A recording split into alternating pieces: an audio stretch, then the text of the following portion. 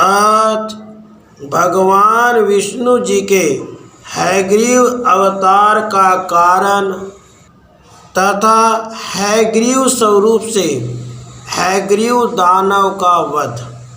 ऋषिगण बोले, सूत जी, आपने बड़े आश्चर्य की बात कही।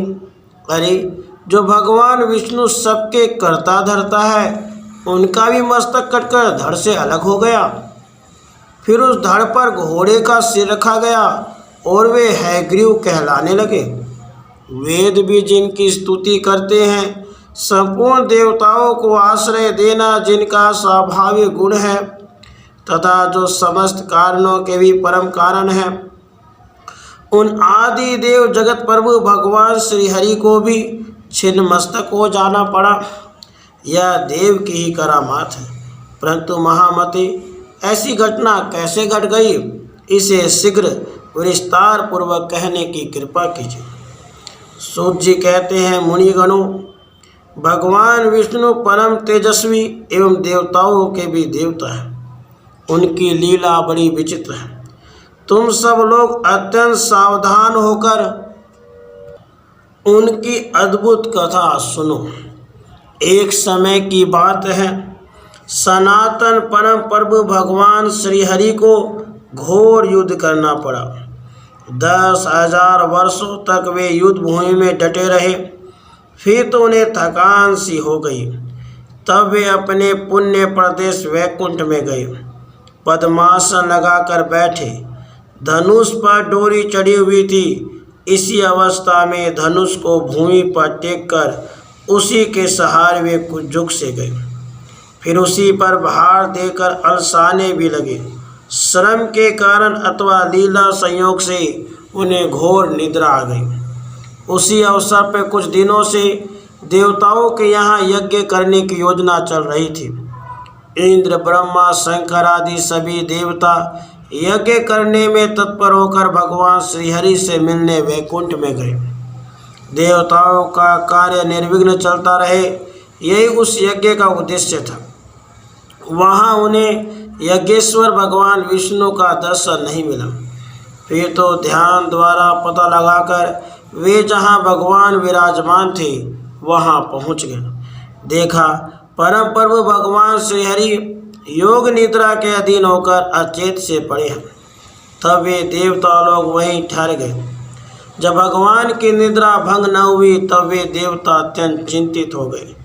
ऐसी स्थिति में इंद्र ने प्रधान देवताओं को संबोधित करके कहा, अब क्या करना चाहिए देवताओं, आप स्वयं विचार करें। भगवान विष्णु को कैसे जगाया जाए। तब भगवान शंकर ने कहा, देवताओं, यद्यपि किसी की निद्रा भंग करना निश्चित आचरण है, फिर भी यज्ञ का कार्य संपन्न करने के लिए तो इन्हें जगा ही देना चाहिए। तब ब्रह्मा जी ने वमरी नामक एक कीड़ा उत्पन्न किया। सोचा, धनुष पृथ्वी पर है ही, यह कीड़ा उस धनुष की तांत को काट देगा। उसके बाद आगे की रस्सियों काटते हुए ही झुका हुआ धनुष ऊपर को तन उठेगा। फिर तो देवादिदेव श्रीहरि की निद्रा टूटी जाएगी।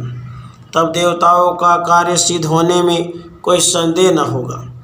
इस प्रकार मन में विचार करके प्रधान देवता अविनाशी ब्रह्मा जी ने वैसा करने के लिए वमरी को आज्ञा दे दी। तब वह वमरी नामक कीड़ा ब्रह्मा जी से कहने लगा, अरे लक्ष्मीकांत भगवान नारायण देवताओं के भी आराध्य देव है, भला उन जगत गुरु की निद्रा मैं कैसे भंग कर सकूंगा। भगवान, इस धनुष की डोरी को काटने से मुझे कौन सा लाभ है जिसके कारण ऐसा घृणित कार्य किया जा सके। सही प्राणी किसी न किसी स्वाद को लेकर ही नीच कर्म में प्रवृत्त होते हैं, यह बिल्कुल निश्चित बात है। इसलिए यदि मेरा कोई निजी काम बनने वाला हो तभी से काटने में मैं तत्पर हो सकूंगा। ब्रह्मा जी ने कहा, सुनो, हम लोग तुम्हें यज्ञ में भाग दिया करेंगे। यह निजी लाभ मानकर अब तुम शीघ्र हमारा काम करो, अर्थात भगवान श्रीहरि को जगा दो। देखो, यज्ञ में हवन करते समय अगल बगल जो भी हविष्य गिर जाएगा वह तुम्हारा भाग है, यह समझ लो। अच्छा, अब हमारा काम बहुत जल्दी हो जाना चाहिए। सूत जी कहते हैं, इस प्रकार ब्रह्मा जी कहने पर उसी क्षण वमरी ने प्रत्यंचा को, जो नीचे भूमि पर थी, खा लिया। फिर तो धनुष बंधन मुक्त हो गया। प्रत्यंचा कटते ही दूसरी ओर की डोर भी वैसे ही ढीली पड़ गई। उस समय बड़े जोर से भयंकर शब्द हुआ, जिससे देवता भयभीत हो उठे। चारों ओर अंधकार छा गया, सूर्य की प्रभा क्षीण हो गई। फिर तो सभी देवता घबराकर सोचने लगे, अहो, ऐसे भयंकर समय पता नहीं क्या होने वाला है। ऋषियों, समस्त देवताओं सोच ही रहे थे, इतने पता नहीं भगवान का मस्तक, कुंडल और मुकुट सहित कहाँ उड़कर चला गया। कुछ समय के बाद जब घोर अंधकार शांत हुआ, तब भगवान शंकर और ब्रह्मा जी ने देखा श्री हरि का श्री विग्रह बिना मस्तक का पड़ा हुआ है। यह बड़े आश्चर्य की बात सामने आ गई।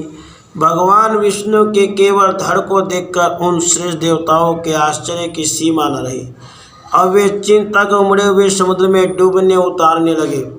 अत्यंत दुखी होकर उनकी आंखें जल बरसाने लगी। वे विलाप कहने लगे, हा नाथ, आप तो देवताओं के भी आराध्य देव एवं सनातन प्रभु हैं। फिर भगवान, संपूर्ण देवताओं को निष्प्राण करने वाली यह कैसी दैवी विचित्र घटना घट गई। ब्रह्मा जी ने कहा, काल भगवान ने जैसा विधान रच रखा है वैसा अवश्य ही होता है। यह बिल्कुल असंदिग्ध बात है। जैसे बहुत पहले काल की प्रेरणा से भगवान शंकर ने मेरा ही मस्तक काट दिया था, उसी तरह आज भगवान विष्णु का भी मस्तक धड़ से अलग होकर समुद्र में जा गिरा है।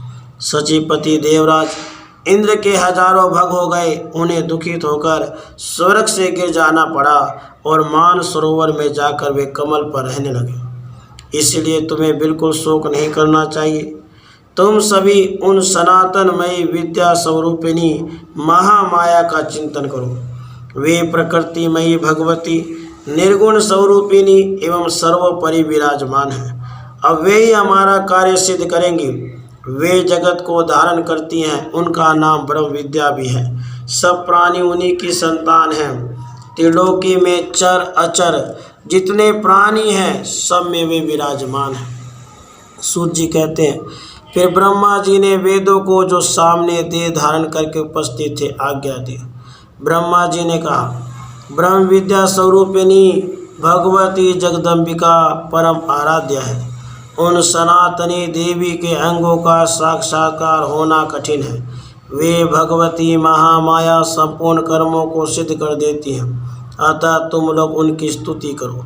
उसके बाद सुंदर श्री धारण करने वाले वेद ब्रह्मा जी का कथन सुनकर उन भगवती का जो ज्ञान गम्य है, महामाया नाम से प्रसिद्ध हैं तथा जिन पर संपूर्ण जगत अवलंबित है, स्तवन करने लगे। वेद बोले, देवी आप महामाया हैं, जगत की सृष्टि करना आपका स्वभाव है। आप कल्याण में विग्रह धारण करने वाली प्राकृतिक गुणों से रहित हैं। अखिल जगत आपका शासन मानता है। भगवान शंकर के आप मनोरथ पूर्ण किया करती हैं। माता, आपके लिए नमस्कार है। संपूर्ण प्राणियों को आश्रय देने के लिए आप पृथ्वी स्वरूपा हैं। प्राणधारियों के प्राण भी आप ही हैं। धी, श्री, कांति, क्षमा, शांति, श्रद्धा, मेधा, धृति और समृद्धि, ये सभी आपके नाम हैं। ओमकार में जो अर्धमात्रा है वह आपका रूप है। गायत्री में आप प्रणव है। जया, विजया, धात्री, लज्जा, कीर्ति, सप्रिया और दया, इन नामों से आप प्रसिद्ध हैं। माता, हम आपको नमस्कार करते हैं। आप त्रिलोकी को उत्पन्न करने बड़ी कुशल हैं। आपका विग्रह दया से परिपूर्ण है। आप माताओं की भी माता है। आप विद्यामयी कल्याण स्वरूपिणी है। आपका सारा प्रयत्न अखिल जगत के हितार्थ होता है। आप परम पूज्य है। वाग बीज आपका स्थान है। ज्ञान द्वारा संसार जनित अंधकार को आप नष्ट कर देती हैं। ब्रह्मा, विष्णु, महेश, इंद्र, अग्नि और सरस्वती, सूर्य, ये जो भूमंडल के स्वामी कहे जाते हैं, उन्हें भी आपने नियुक्त किया है। इसलिए आपके समक्ष उनकी कुछ भी प्रधानता न रही। आप चराचर जगत की जननी जो ठहरी। जगदम्बिके, आपको जब अखिल भूमंडल को उत्पन्न करने की इच्छा होती है, तब आप ब्रह्मा, विष्णु, महेश आदि मुख्य देवताओं को प्रकट करती और उनके द्वारा सृष्टि, स्थिति और संहार कार्य आरंभ कर देती है। देवी, वस्तुतः तो आपका एक ही रूप है। आप में संसार के लेश मात्र भी सत्ता नहीं है। संपूर्ण संसार में कोई भी ऐसा पुरुष नहीं है जिसे आपके रूपों को जानने एवं नामों को गिनने की योग्यता प्राप्त हो चुकी हो।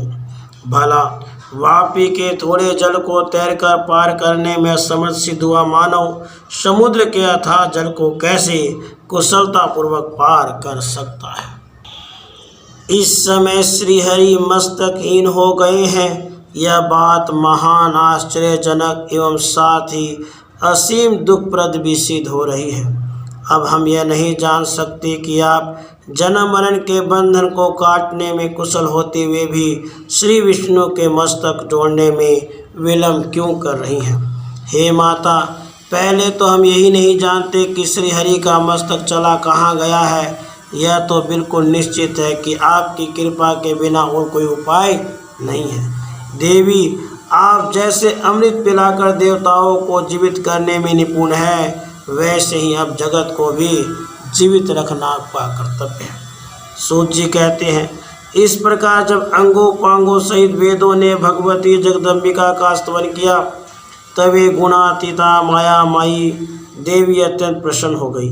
फिर तो देवताओं को लक्ष्य करके आकाशवाणी होने लगी। प्रत्येक वाणी कल्याणमयी थी, सभी शब्दों में सुख भरा था। वह वाणी इस प्रकार थी, देवताओं, अब तुम्हें चिंता करने की आवश्यकता नहीं है। शांतचित्त होकर अपने स्थान पर विराजमान हो जाओ। वेदों ने भली भांति मेरी स्तुति की है, अतः मेरी प्रसन्नता में किंचित भी संदेह नहीं रहा। जो पुरुष मर्त्य लोक में मेरे स्तोत्र को भक्तिपूर्वक पढ़ता है अथवा पढ़ेगा, उसे सभी अभिष्ट वस्तुएं सुलभ हो जाएंगे। अथवा जो श्रद्धालु मानव तीनों काल में सदा इसका श्रवण करता है, उसके सभी शोक शांत हो जाते हैं और वह सुखी हो जाता है। मेरा यह वेद प्रणीत स्तोत्र निश्चय ही वेद तुल्य है। अब तुम लोग श्री हरि के छिन्न मस्तक होने का कारण सुनो। इस जगत में कोई भी कार्य अकारण कैसे होगा। एक समय की बात है, भगवान श्री विष्णु लक्ष्मी के साथ एकांत में विराजमान थे। लक्ष्मी के मनोहर मुख को देखकर उन्हें हंसी आ गई। लक्ष्मी ने समझा, हो न हो भगवान विष्णु की दृष्टि में मेरा मुख कुरूप सिद्ध हो चुका है, इसलिए मुझे देखकर उन्हें हंसी आ गई, क्योंकि बिना कारण उनका यूं हंसना बिल्कुल असंभव है। फिर तो महालक्ष्मी को क्रोध आ गया। सात्विक स्वभाव वाली होने पर भी वे तमोगुण से आविष्ट हो गई। श्री महालक्ष्मी के शरीर में भयंकर तामसी शक्ति का प्रवेश हुआ। उसका भी भावी परिणाम वस्तुतः देवताओं का कार्य सिद्ध करना था। वे अत्यंत व्याकुल हो गई।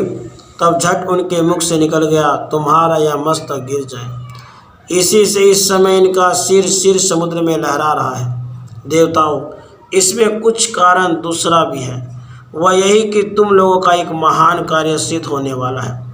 हयग्रीव नामक एक दैत्य हो चुका है, उसकी विशाल भुजाएं हैं, वह बड़ी ख्याति पा चुका है। सरस्वती नदी के तट पर जाकर उसने महान तप किया। वह मेरे एक अक्षर मंत्र माया बीज का जप करता रहा, बिना कुछ खाए ही जप करता था। उसकी इंद्रियां वश में हो चुकी थी, सही भोगों का उसने त्याग कर दिया था। संपूर्ण भूषणों से भूषित जो मेरी तामसी शक्ति है, उसी शक्ति की उसने आराधना की है। वह दैत्य 1000 वर्ष तक ऐसा कठिन तप करता रहा।